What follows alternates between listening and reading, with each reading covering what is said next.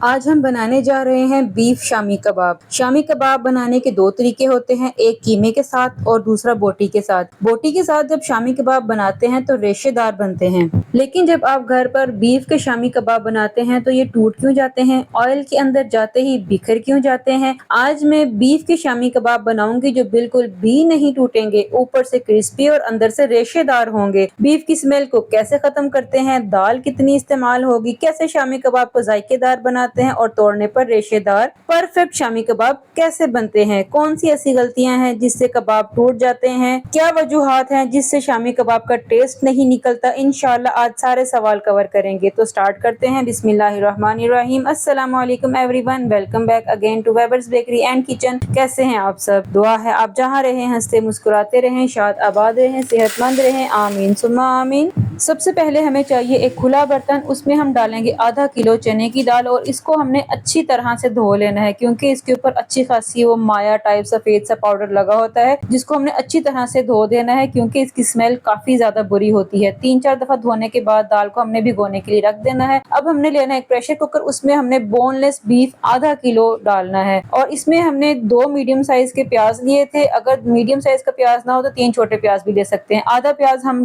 गोश्त में ऐड कर देंगे, आधा हम साइड पे रख देंगे, बाद में इस्तेमाल करेंगे। अब हमने 3 दालचीनी के छोटे टुकड़े और 10 अदद लौंग लेने हैं। इसको हमने मिक्सी के जार में डाल देना है और ग्राइंड कर लेना है, लेकिन अभी इसमें और मसाले भी ऐड करने हैं। साथ ही साथ इसमें 2 बड़ी इलायची जाएंगी, क्योंकि बीफ के बन रहे हैं, स्मेल खत्म करनी है। और 1 टेबल स्पून साबुत काली मिर्च का भी हमने इसमें ऐड कर देना है। दड़ा मिर्च इसमें हमने 1 टेबल स्पून ऐड करनी है और जो साबुत खड़े मसाले हैं उनको हमने अच्छी तरह से ग्राइंड करके बीफ में ऐड कर देना है। हाफ टेबल स्पून इसमें नमक का ऐड होगा, कम या ज्यादा आप कर सकते हैं। इसके बाद हाफ लीटर पानी इसमें हमने ऐड करना है, इसको अच्छी तरह से मिक्स कर लेना है। साथ ही साथ हमने इसमें ऐड करना है 1 टेबल स्पून लहसुन अदरक का पेस्ट। इसको अच्छी तरह से मिक्स कर देने के बाद हमने इसके ऊपर प्रेशर का ढक्कन अच्छी तरह से लगा देना है और विसल बजने के बाद 20 से 25 मिनट तक हमने इसको पकाना है, या तब तक जब तक गोश्त गल ना जाए। अब यहाँ पर लाइट चली गई थी, बाकी ये क्लिप मैं नहीं बना सकी। गोश्त गल गया था। उसके बाद मैंने आधा किलो जो दाल भिगोई थी चने की, वो मैंने उबालने के लिए रख दी थी। प्रेशर में मैंने सिर्फ 5 से 7 मिनट इसको पकाया है। दाल जो है वो गल गई है। अब मैंने क्या करना है, जो पानी है इसके अंदर दाल का वो सुखा लेना है। गोश्त को हमने अलहदा पकाया था, वो गल गया। उसके बाद मैंने चने की दाल डाली और इसको मैंने पका लिया। पानी सुखाते वक्त आपने चम्मच बार बार नहीं चलाना, नहीं तो ये पेस्ट सा बन जाएगा पानी के अंदर, जिससे कबाब सही नहीं बनेंगे। अब जो बाकी का प्याज रह गया है उसको इस्तेमाल करेंगे। आधी गट्ठी पुदीने की ली है, 7 से 8 हरी मिर्चें ली हैं और मुट्ठी भर मैंने हरा धनिया लिया है। धनिया, पुदीना और हरी मिर्चें जो है वो कबाब के जायके को बहुत ही ज्यादा इनहांस करती हैं। अब मैंने एक चॉपर लिया है, अगर आपके पास चॉपर अवेलेबल नहीं है तो आप इसको हावन दस्ते में भी पीस सकते हैं। गोश्त हमने अलग से चॉप करना है और दाल अलग से चॉप करनी है और हरा मसाला अलग से चॉप करना है, ठीक है। इनको इकट्ठा हमने चॉप नहीं करना, क्योंकि तीनों की जो स्ट्रक्चर है वो डिफरेंट है। आप शामी कबाब को जो सिलबट्टा होता है उसके ऊपर भी पीस सकते हैं, अगर आपके पास वो मौजूद है तो। मेरे पास एक्चुअली चॉपर ही है और मैं जब भी शामी बनाती हूँ तो चॉपिंग मशीन में ही बनाती हूँ। और ये देखें, सिर्फ 5 से 7 सेकंड्स मैंने मशीन चलाई थी और बहुत जबरदस्त सी बोटियां जो है वो रेशेदार हो चुकी हैं। आधा किलो गोश्त को मैंने 2 हिस्सों में करके चॉप किया था। वीडियो जो है मैंने बहुत ज़्यादा फास्ट चलाई हुई है। उसकी वजह ये है कि अगर मैं स्लो चलाती तो फिर बहुत लॉन्ग वीडियो बन जानी थी, और अगर मैं वीडियो कट करके एडिट करती तो फिर फ़ायदा क्या कि बेसिक स्टेप्स जो होते हैं, बहुत सारे ऐसे जो इंपॉर्टेंट पॉइंट्स होते हैं वो मिस हो जाते हैं। तो बेहतर है कि बंदा वीडियो जो है वो फास्ट चला ले, ताकि तमाम के तमाम स्टेप्स, तमाम के तमाम पॉइंट्स जो हैं वो आपको अच्छी तरह समझ आ सकें। ये देखें, जो दूसरा बैच था वो भी मैंने चॉप कर लिया है और बहुत ज़बरदस्त बोटियां जो है वो रेशेदार हो चुकी हैं। अब बारी है दाल की। दाल को भी इसी तरह से मैंने चॉपर में डाला था और चॉप कर लिया था।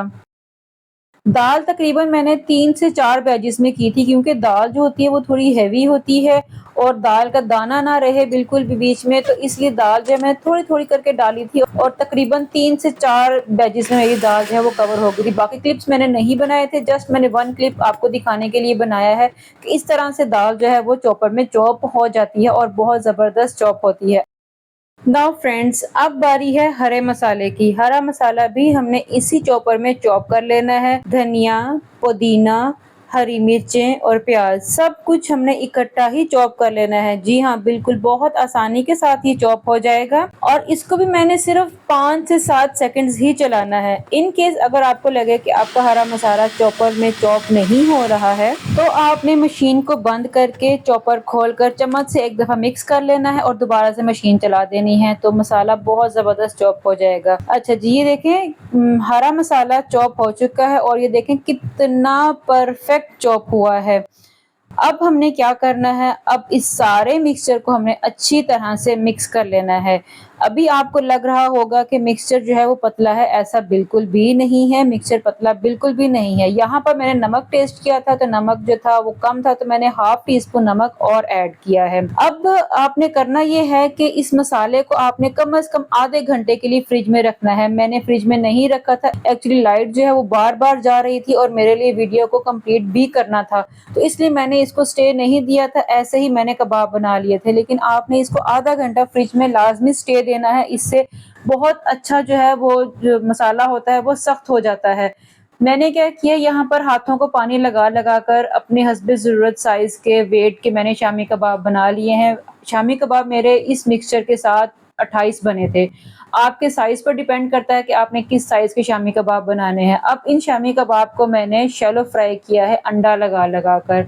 बाद शामी कबाब में जो अंडा होता है वो मिक्सचर के अंदर ही मिक्स कर दिया जाता है। आप उस तरह से भी कर सकते हैं। इंशाल्लाह मैं बहुत जल्दी उस तरह की रेसिपी भी आपके साथ शेयर करूँगी। और ये जो अंडा है ना जिसके अंदर मैं शामी कबाब डिप कर रही हूँ, इसके अंदर भी मैंने 1/4 टीस्पून नमक ऐड करके अच्छी तरह से फेंट लिया था। दोनों साइडों से जब अच्छी तरह से जो शामी कबाब हैं वो गोल्डन कलर के हो जाएँगे, तो हमने इनको निकाल लेना है और स्ट्रेनर में डाल देना है, ठीक है? स्ट्रेनर में अगर नहीं भी डालेंगे तो भी मसला नहीं है, लेकिन मेरी आदत है कि जब मैं कोई भी चीज़ फ्राई करती हूँ, शैलो फ्राई या डीप फ्राई, तो मैं उसको स्ट्रेनर में लाज़मी डालती हूँ। तो ये देखिए माशाल्लाह माशाल्लाह अल्हम्दुलिल्लाह शामी कबाब हमारे रेडी हो चुके हैं, जो देखने में बहुत खूबसूरत हैं। बाहर से इनकी लेयर क्रिस्पी है और अंदर से रेशेदार है, जो आपको भी नज़र आ रहा होगा और खाने में इनका ज़ायका बहुत लाजवाब था। गरम मसाले का जो टेस्ट था ना वो बिल्कुल बैलेंस था और पुदीने का इसके अंदर इतना ज़बरदस्त अरोमा था, इतना ज़बरदस्त टेस्ट था कि मैं बता नहीं सकती। बीफ की स्मेल बिल्कुल भी नहीं आ रही थी। 6 से 7 मिनट में मैंने आपको बीफ के शामी कबाब की परफेक्ट रेसिपी दे दी है, जो अक्सर लोगों से बीफ शामी कबाब नहीं बनते हैं। तो आपने इस रेसिपी को ज़रूर ट्राई करना है और मुझे दुआ में याद रखना है। इंशाल्लाह नेक्स्ट रेसिपी में मिलेंगे। टिल देन टेक केयर, रब रखा।